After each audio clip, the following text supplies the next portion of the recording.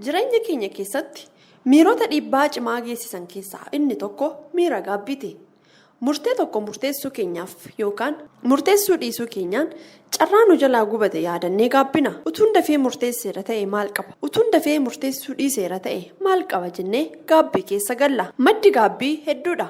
Bu'aan isaas adda adda. Dhugaa tokko hubachuudhaan sammuu keenya banuu qabna. Yeroo tokko taateen uumamaa hin barbaachifne gara faayidaatti jijjiirama. Kabajamtoota daawwattoota keenyaa qophii onnachiiftuu keenyaa har'aatiin taatee gaabbii gara faayidaatti jijjiiraman isiniif qabadhee dhiyaadheen jira. Qophicha waliin kan isin faana turu ani Lubee Girmaati. Toora yuutuubii keenyaa wiirtuu miidiyaa sheer, sabiskiraayibii fi laayik gochuun nu hordofaa. Turtii gaarii. Joon Pemberton jedhama.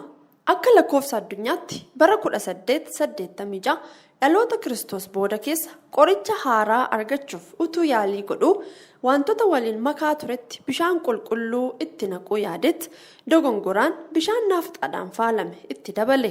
Akka dogongore hubachuun yeroo dheeraa isatti hin fudhanne yoo ta'eyyuu maal akka dogongore hubachuuf makaa irratti yaalaa jiru yommuu dhamdhamu dhugaatii baay'ee mi'aawuu fi kan namatti tolu akka ta'e argate. Utuu baay'ee hin turiin yaaliin isaa sun dhugaatii amma har'aatti beekamaa fi jaallatamaa ta'e Kookaa-Kollaa ta'ee akka ba'e ni dubbatama. Dabalataanis waggoota 100 dura mootiin Chaayinaa kan maqaan isaa Shiinang jedhamu manaa ba'ee mooraa mana isaatii keessaa deemaa ture. Mooraa keessatti bishaan danfifamaa ture. Akka tasaa baalli muka mooraa keessa jiru tokko citee bishaan danfaa jiru sana keessa seene.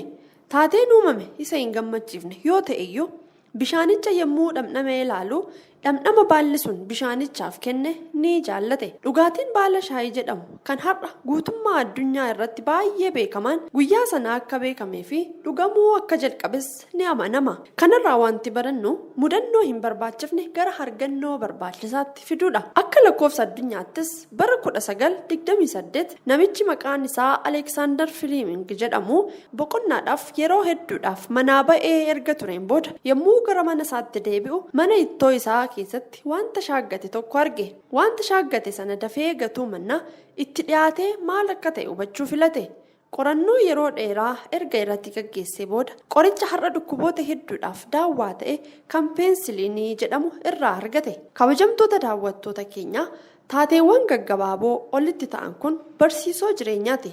Waan nu hordoftaniif hedduu galatoomaa isiniin jennee qophiileen kanaa fi kan biroon yeroo yeroon akka isin bira ga'aniif toora yuutuubii keenyaa hordofuu hin dagatinaa.